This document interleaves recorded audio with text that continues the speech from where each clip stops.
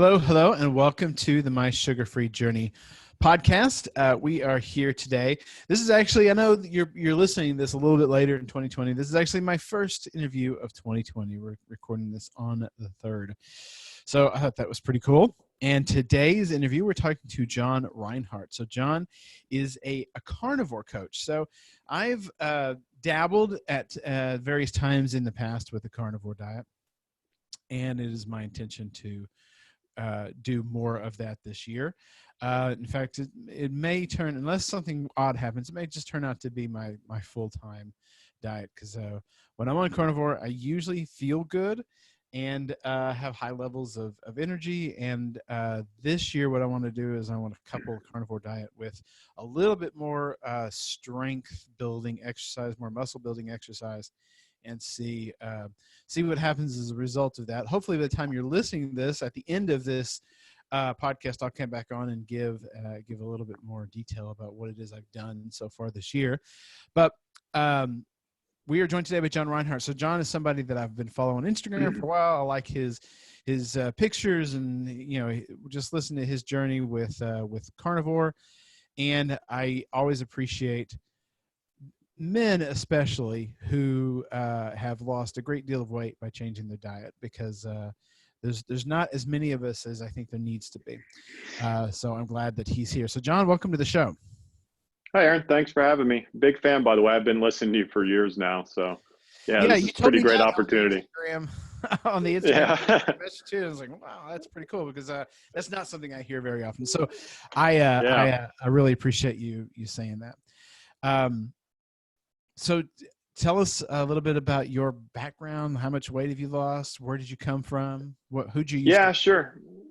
Yeah. Well, anyway, back when I was a kid, my mom, she took me to like the Husky section and JCPenney, stuff like that. Oh yeah. I wasn't super overweight, but my cousin Josh, he was like a string bean. So, I mean, he was super skinny.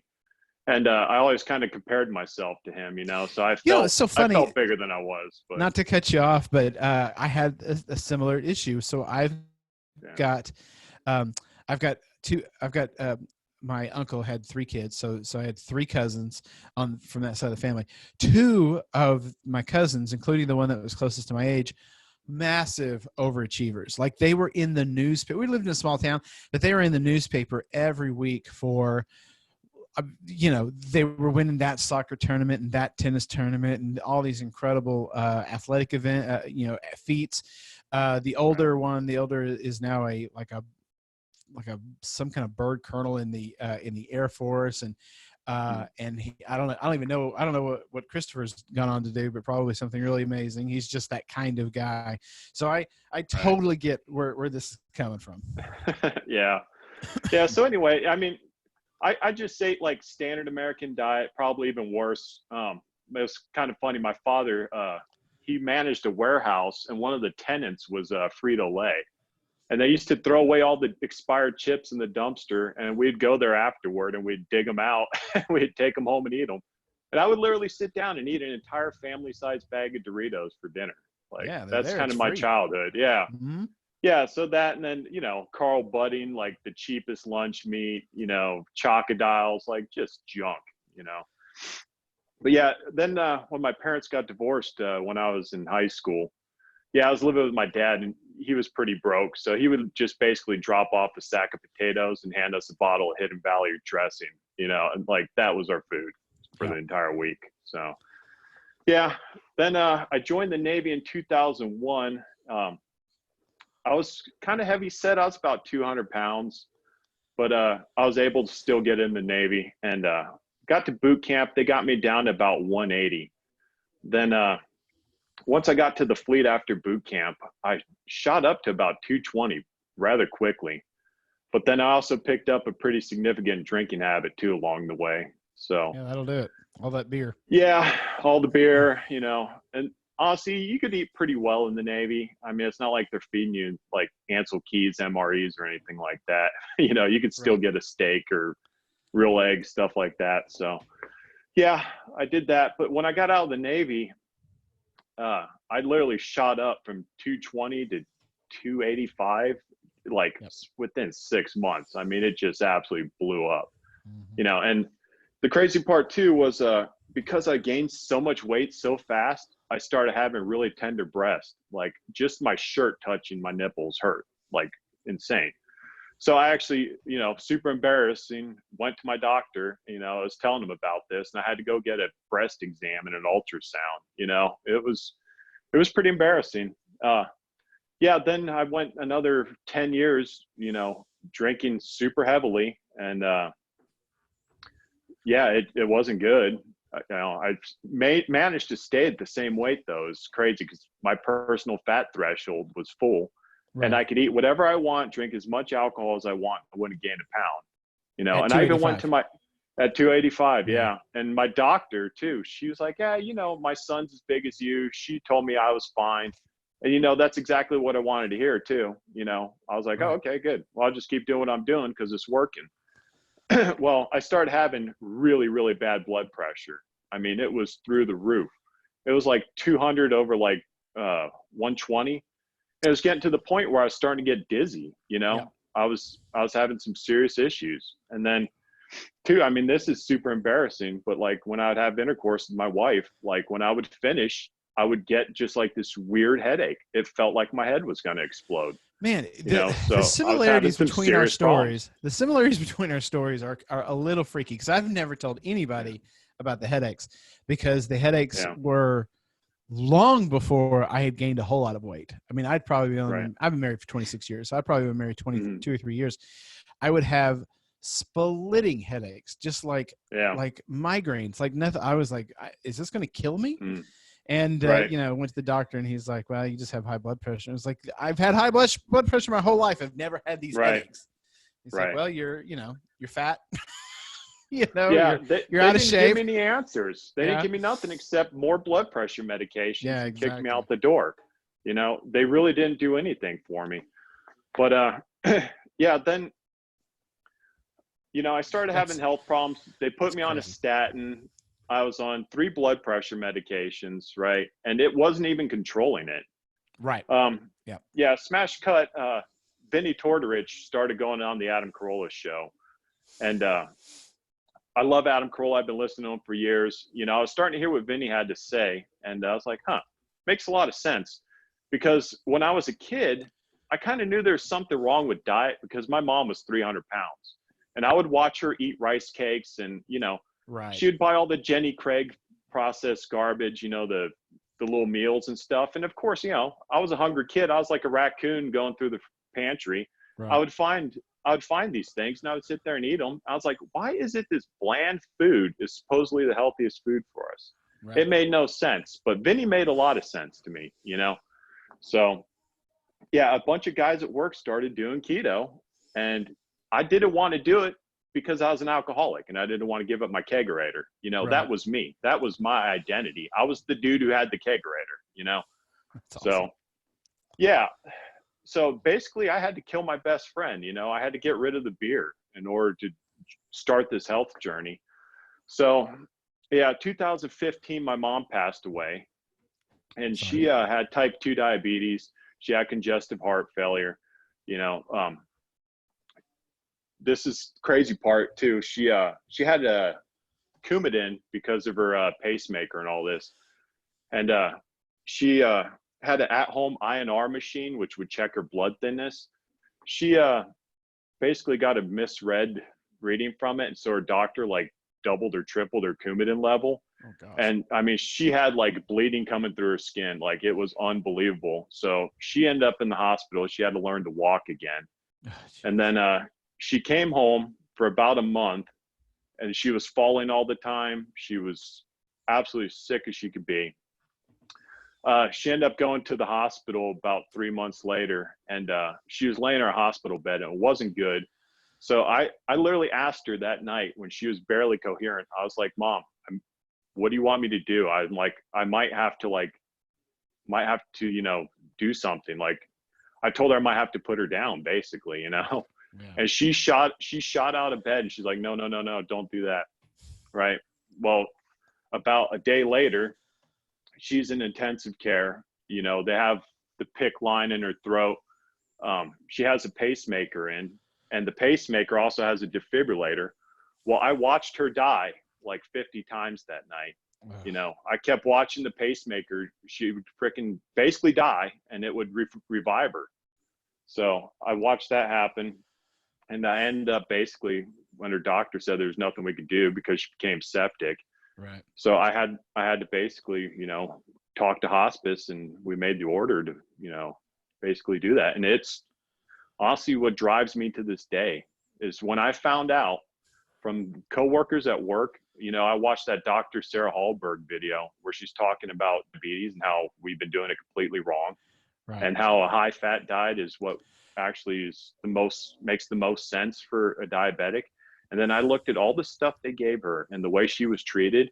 I mean, it absolutely to this day enrages me. So Yeah. my entire goal is like what Vinny talked about in the fat documentary, is to destroy this plant-based like narrative about health and nutrition, this low fat thing. That's what drives me every day.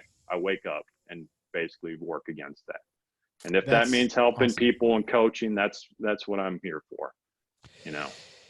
So, you know, I had a similar thing going on with my grandmother. So she was in the hospital, and in fact, I think about her a lot because I've never. She buried her husband 10 years prior, and she was fading, you know, and getting sicker and sicker in the last days, and she got the flu and started throwing up, and she had such high blood pressure because high blood pressure runs in my family like crazy. Mm-hmm. She had such high blood pressure, couldn't keep her blood pressure medication down. That made her blood pressure shoot up. They took her to the hospital. And that night, you know, we had to kind of come together as a family and ask her what she wanted to do. And at the time, I didn't know anything about health, nutrition. This was 20, my son's 22. So this is 22 years ago. And I didn't know anything about that. But when I read, what's her name's book? Nina Teicholz's book, Big Fat Surprise. Yeah, My Big Fat Surprise. Yeah. Yeah. And she was going through just the history of all these new products that were coming on the market and how they were marketed and telling Americans, you know, that they were healthy. And as she was naming off these new products, that's what we grew up on in my grandmother's house. The Cool Yeah, Whip. like Olean. Remember that fake fat they were putting in potato chips? My mom had that. I didn't know that mayonnaise and Miracle Whip were different things. I thought we had Miracle Whip, we called it mayonnaise. And if you've never had Miracle Whip, it's just mayonnaise with a lot of sugar in it. And so I didn't know the difference, you know. And so all of these products, that's all my grandparents ate were these newfangled healthy products. And it killed my grandfather, 30 years ago. It killed my grandmother 20 years ago. And when I was reading that book, I was seeing, that there was basically a plot against my grandparents and against millions of grandparents and millions of people that they didn't know what was going on. They didn't know how basically they were being stalked by this, this food industry that didn't have their best interests at heart, but told them that they did. And they didn't understand what the food was doing to their body. And I remember having a very visceral, emotional reaction to that book, and many times having to kind of put it down. And I was listening to it on audiobook, having to pause it and stop and take a breath, because it really, I could see, that my grandparents were basically murdered. And a lot of people were basically murdered because they believed the stories that they were being told. Yeah, exactly. I've basically memorized that book. I've listened to it almost a dozen times, Yeah, it absolutely still just blows my mind. And if you listen to the epilogue too at the end, Nina's talking about what is the healthiest foods for us, and she's talking about animal foods. Right. That's really what it boils down to. Because if you look back at the history, a lot of this, like Belinda Fettke talks about, it really is this plant-based narrative that's caused a lot of this really bad science. Yeah. The whole thing about fiber and vegetables being low calorie, right? So henceforth you can eat more of them. Right.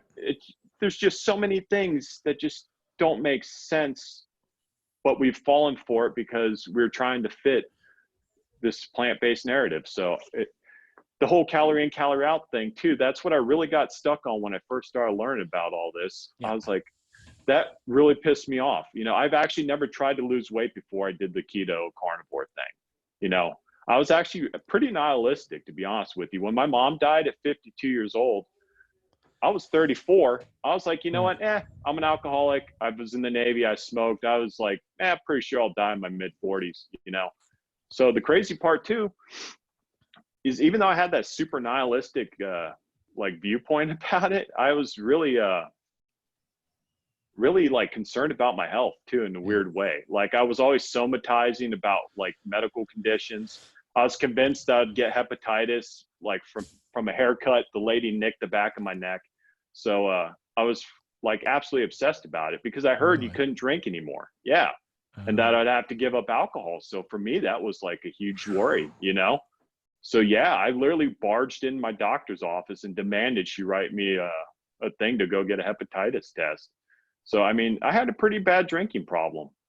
But then with the keto thing, I started that in December 2016. And I had one last time I got drunk, and I was like, you know what, this is it. I can't do this anymore. But the whole keto, with the spirits and the low carb drinks, I do that once in a while. And then I watched Robert Lustig's Sugar Bitter Truth video. And in there, at the second half, he's talking about alcohol and sugar. The fructose, they're basically the same thing. Yep. So it like clicked in my brain. I was like, holy crap, they're two sides of the same coin, right? And I fully understood how bad sugar was for me now, because watching my mom die from diabetes. And then I put it together that, you know what, sugar and alcohol are what was causing my problem, right? And so I just basically quit cold turkey right then and there, it's actually been over 2 years since I've had a drink. So yeah. That's amazing. And honestly, I attribute the success to that too, just to keto, really, because it honestly just completely wiped out my cravings for it. I used to I would try and quit drinking, and I'd go for a week, and then I'd be like, oh, okay, yeah, see, I don't have a problem. Right. But then I'd start drinking again, and I would actually pray for like a solution. You know what I mean? Yeah. So it was insane that I just came across this first try. I really do consider it a blessing. But yeah, this is that's very similar to how I feel about Coke Zero. I can get it out of my life for a little while, but man, sometimes it just creeps back in. So I got pretty strict too, and that honestly was kind of an impedance in my relationship with my wife, because I'm kind of the guy who just goes from 0 to 100. When I say I'm going to do something, I do it. Yeah, and I'm more of an abstainer, where she's more of a moderator. So I kind of became kind of judgmental during this whole transformation thing. And it did kind of cause a problem for us, but we eventually worked that out. Yeah. So because I don't know that we've covered this in a while on my podcast. I just want to talk a little bit about abstainers and moderators, because this is an important concept. So typically, for those of you listening, an abstainer, that's what I am. I can either eat no donuts, or I can eat all the donuts. I can't eat one donut. Whereas a moderator can. A moderator can eat a donut and walk away, and it's no big deal. And so I'm that way with everything. I have to be all or nothing. And so I guess that's what you're saying, is that's how you go as well. So right. Which I don't want to skip straight to the carnivore diet, but I will say that to me is probably the biggest strength of the carnivore diet, is because it limits your food options to just like a couple things, and you don't have to like pick and choose what to eat.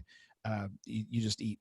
You just eat. But I want to go back before we get into that. I want to go back a little bit too. You found Vinnie Tortorich. You found no sugars, no grains. You found keto. Very similar. I had a few extra steps in there where I went from no fructose to no sugar, no grains, to keto.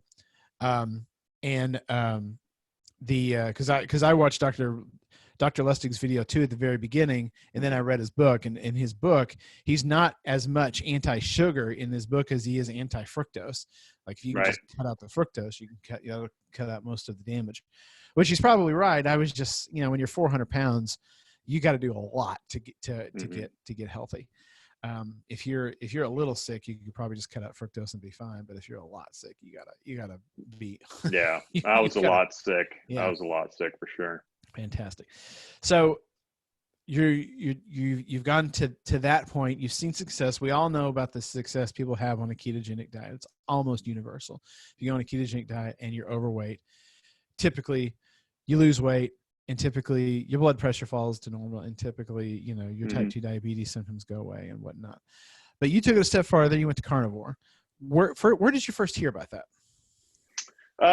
When I started the keto journey, I mean, I was cramming podcasts, books, like Good Calories, Bad Calories, all this stuff. I mean, I've read these books like dozens of times, like just obsessed. I wanted all the information I could get, because as Vinny says, like your good intentions have been stolen.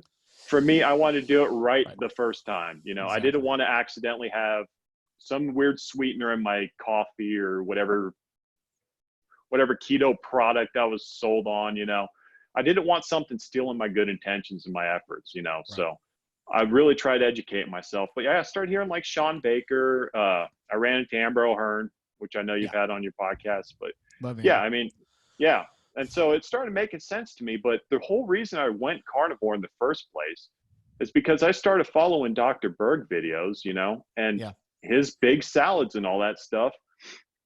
It was wrecking my digestion. Because when I was eating the standard American diet, eating roller food from a Quick Trip gas station and Tina microwave burritos. I'm familiar. Yeah, I could literally digest a flip-flop. I had no digestive problems whatsoever. Exactly. But then I would sit down with the mixing bowl full of spinach, and like some Primal Kitchen salad dressing on top of it. Yeah. I would try and go ride my mountain bike or something after work. And there's a few times I had to run in the bushes, because you get disaster pants when you eat that much salad, Yeah. So yeah, it started not to make a whole lot of sense to me. And the more and more I talk to people at work who are doing the same thing too, we're like, they're like, hey man, can you eat spinach anymore? And they're like, no. I'm like, yeah, it's funny, I can't either. So like slowly, one by one, we all started, adding up that these foods, the high fiber foods, are really difficult to digest. Right. And so, for me, processed food, obviously, that's common sense, is out the door, just exactly. Not even vegans think you should eat that. So there's a no-go, right? So it's either between plants or animals. And I honestly chose the animal side because the people who eat all animals look a lot better, to be honest with you. So, and what I've learned between Nina's book, and reading Good Calories, Bad Calories, and all this stuff, I realized it was the demonization of animal foods that's basically got us here all fat and sick. So yeah, I think the carnivore diet too, this whole movement is basically proving that animal foods are good for you, and that they're healthy. So I think what they are doing is a very important thing, and that's honestly, I reached out to Sean Baker and Meat RX, and they were looking for volunteers. And so I actually worked for them too. I volunteer on their website. I help them transition it from Meat Heals over to Meat RX. And if you post a success story on there, I'm actually the guy who puts it on the internet. So cool. Yeah. When I talk to people about carnivore, because I don't necessarily advocate for carnivore. I just want you to cut out processed foods and sugar, and then look and see how you react. And if you have to cut out more, great. If if you're good with that, fine. But right. the real strength for me of the carnivore movement is that they have introduced this as an option, where it wasn't an option 5 years ago. It wasn't in people's minds that you could eat just meat and be okay. I mean, the idea that you could, you just had to have salad. You had to have some vegetables. I mean, that you just had to. And so that's the real strength to me of the carnivore movement, is it puts it out there as an option, as something that people can try without worrying about dropping dead of a heart attack, or something strange happening because you're missing whatever key nutrient is in broccoli. That red meat can provide everything that you need for health. So that, I mean, I just can't say enough good things about the work that Amber O'Hearn, Sean Baker, and all these other carnivores have done, as just putting this carnivore movement out there as something that is possible for people to do.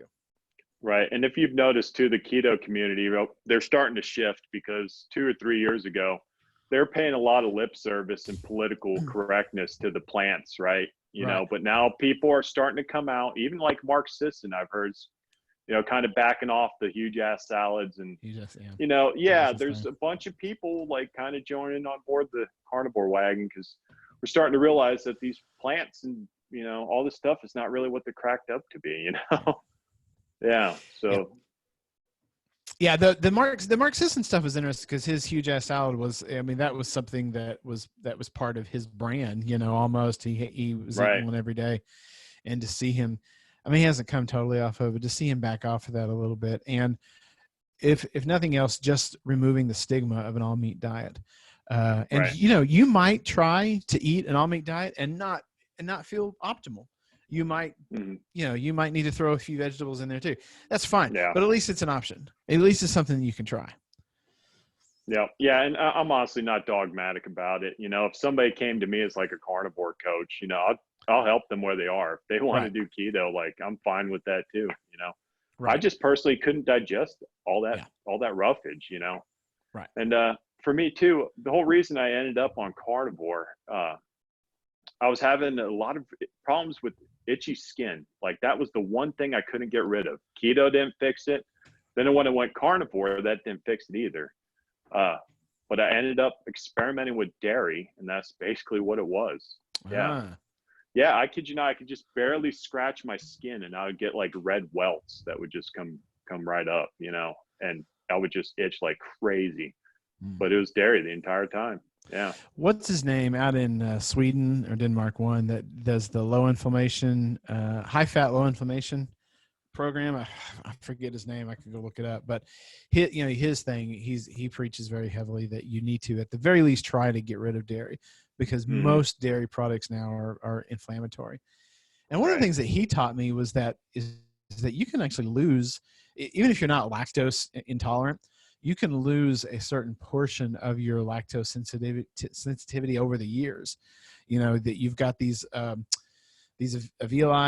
that line your intestines, that, you know, that's what kind of absorbs the nutrients. Well, the part that absorbs dairy nutrients is right on the tip, and that can kind of get worn away as you age, and you just don't absorb nutrients from dairy as well at 50 as you did at 20, which I thought was pretty interesting. Right. Yeah. And so the you I'm sorry. So you started cutting out these salads. You started going a little more carnivore. You started listening, I'm sure, maybe to Sean Baker's podcast a little bit. Right. Yeah. Yeah. I love Sean Baker's podcast. Like Amber Hearn, like I was saying, she's a great resource in all this. I absolutely love her talks, you know. But yeah, I really think the carnivore community, like it is a really good thing what they're doing. Basically, I think they're the tip of the spear that's going to help reverse this food pyramid thing, you know. Like I know it's not a pyramid anymore now, it's a circle, but it's still the same Right. thing, you know. Yeah. Yeah. Same ideas. Yeah, same ideas. And those ideas just need to die, or at least need to have other options, you know. Mm-hmm. So when did you decide you wanted to be a carnivore coach, and what was that process like?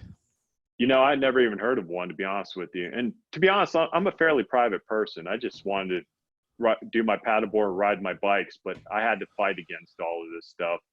So when I started volunteering for MeatRx and I heard their new plan to introduce coaches, I agreed to basically sign up and become one. So yeah, I'm out here now, putting myself out, talking to you, doing all this stuff. And Well, that's great. you know, yeah. So yeah, the coaching thing's going well. Okay. See, I was going to ask, how is that? I mean, how are you getting, talk to us. Obviously you can't go into detail, but talk to us, like, what's the typical client like? How are you helping them? How are you coaching them? How are you counseling them? Well, a lot of people, I think they choose me because of my history with alcohol, because I openly talk about that, you know, and I want people to understand, because if you listen to like Dr. Robert Cywis, this is my most important message to anyone out there who's listening. You realize that food is not what you thought it was.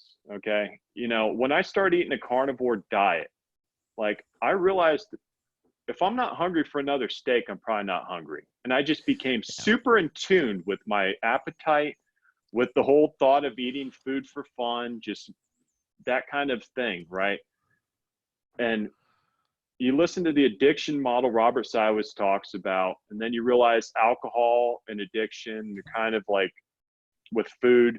Because if you go to the grocery store, right? And I don't mean this in a judgmental way, but if you do see someone who's overweight, you can usually look in their shopping cart and tell why, right? Yeah. And those people are going through the exact same thing I was as an alcoholic. But Right. instead of doing a Budweiser, they're looking at that bag of pasta or, Right. their donuts or whatever it is. And it's the same thing. Sugar and the alcohol and all of this. It's about changing your relationship with food, Right. And what I find the carnivore diet does in particular, like I was saying, because it's not so much about fun, the steaks are delicious and I enjoy every time I eat, but I don't need a GI Joe to play with my steak and have fun while I'm eating. You know what I mean? It's just, you eat it and then you live your life. And I find it incredibly freeing, Right. So that's what I enjoy about it now. And that's what keeps me on it. It's because I would spend all this time buying all these groceries, buying all sorts of food on keto, chopping up cauliflower, cooking all these different things. And I was spending a lot more money too. Yeah. I look at the animal foods now as the essentials and everything else is an accessory. And it's funny too, because actually in Good Calories, Bad Calories, Gary's talking about it. And he calls like vegetable foods accessories in there. So that's basically, I stole that from that book. But yeah, I mean, if I could just budget out the foods I actually need to eat to survive and not have to buy the extras, I mean, it makes sense to me personally. And I just find it easy.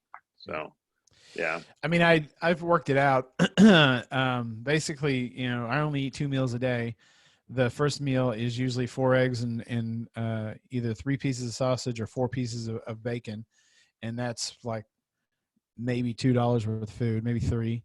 Right. And then lunch is either 2 hamburger patties and maybe with a little cheese, or it's if I have it, it's a ribeye. So the ribeye is a little more expensive. That's $6 or $7, but the hamburger patties is what, $2 or $3. I mean, I can eat if I really had to keep my budget down to $4 or $5 a day, I could do that really easy. If I wanted to really splurge and just eat all ribeyes, I could probably do, all ribeyes, or at least one ribeye a day for $10 a day. It's my entire grocery budget. There's not a whole lot going on there. I eat the meat, I eat the salt, and pretty much call it a day and go on about my life. Yeah, exactly. Yep. Yeah, I eat probably for about $10 to $15 a day usually. And if I want to get cheap, I'll go to eggs and I'll go to pork too. I do pretty well with both of those. So yeah. Yeah, I do eat a lot of eggs. I like eggs. I like to fry eggs in bacon grease. that's one of my favorite foods. Too. I use bacon grease because I don't do dairy, so yeah, I save all my bacon grease. We have a little jar on the stove that's always full of bacon grease. We cook a lot of stuff in the bacon grease. So my wife and mother-in-law still eat vegetables, so they'll cook a lot of they eat a lot of Brussels sprouts, and we cook. That's kind of their go-to recipe is Brussels sprouts cooked in bacon grease. We eat a lot of stuff. It's funny. I do enjoy vegetables, man, but I really just don't miss them. You know. I don't really either. The only vegetable I miss sometimes is I'll like a little bit of diced onion in like a meatloaf or something, because I used to really enjoy that. But other than that, I don't really need anything. Yeah. I'm pretty happy. If I leave carnivore for a little bit of time and go back to eating a few vegetables, maybe I will. Right. But it's not. I mean, I don't really care. Yeah, and since I've experimented, I did the meat and salt thing for like 3 months. I just wanted to see where this carnivore thing would really get me. Yeah. But then I started adding a little bit of stuff back. Like I'll put some yellow mustard on like my Applegate hot dogs, right? Or even Tabasco on my eggs. And the whole thing about the carnivore community, they're not dogmatic. It's not like you were never really carnivore or anything like that. You know what I mean? Right. It's like, okay, well, am I healthier? Yeah. Okay. Is meat the essential part of my diet? Good. Like that's really what it boils down to. I do eat a lot of pepper. I like fresh cracked pepper on my hamburgers. I like pepper too. Good stuff. So I never did ask you when we were going through your history, how much do you weigh now? I weigh 195 now. I started at like 285. Yeah. 285. That's fantastic. So 90-pound weight loss. Mhm. And it's just, again, the guys, it just shows the power of diet. It's amazing. If you change what goes into your mouth, you change what your body looks like. Yep. So you mentioned your bike, and if you're watching us on video, he's got his mountain bike there behind him. What types of exercising do you do? I'm not much of a strength guy.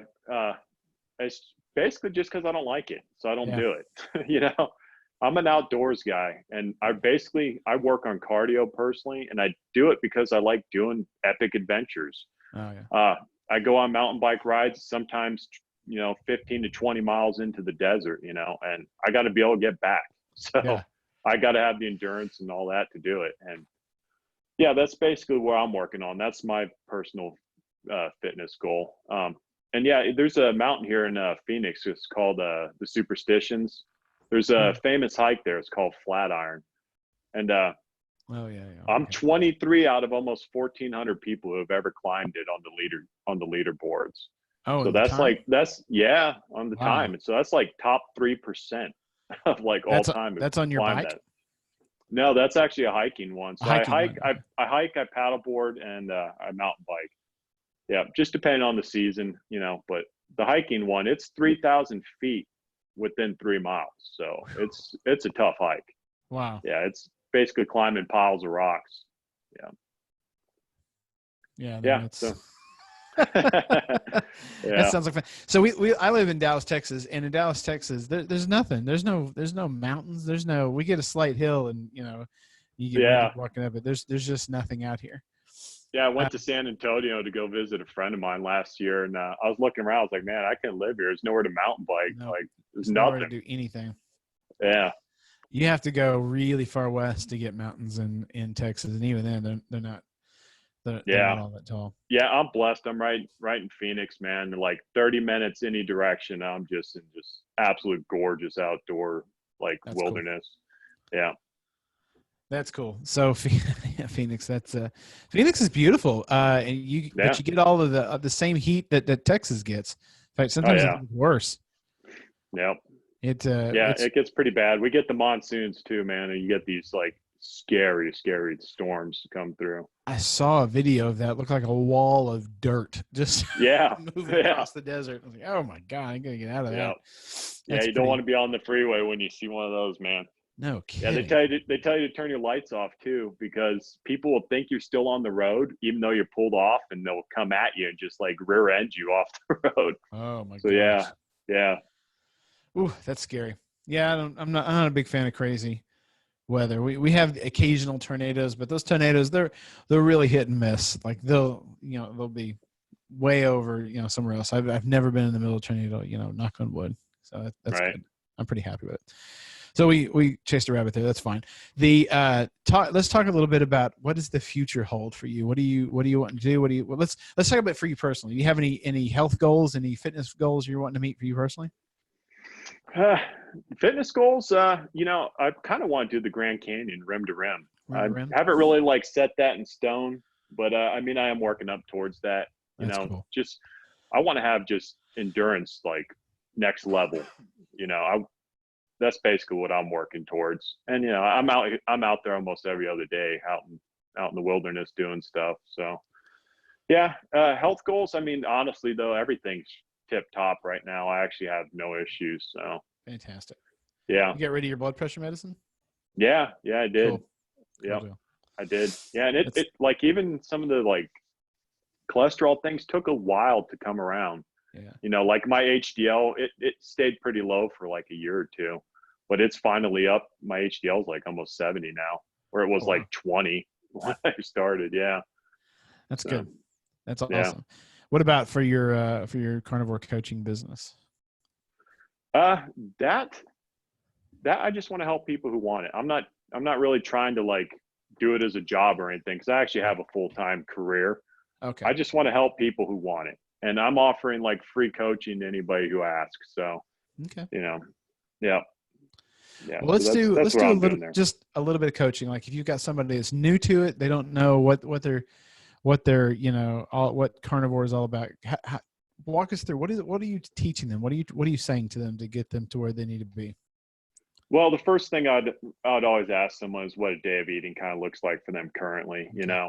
and see where they're at, because I want to understand their relationship with food. I Okay. want to understand if they have that kind of addictive mindset going, like where they need to be, what's going to help them kind of overcome that, because I understood like definitely what that was like, just have, intrusive thoughts of food all day long or of alcohol. Like, so I want to know what they're doing there. And then I want to know what their goals are too. Like, is it just a weight loss thing for them or is it a health thing? Because the whole reason too, I'm so strict on the carnivore diet and I don't go back.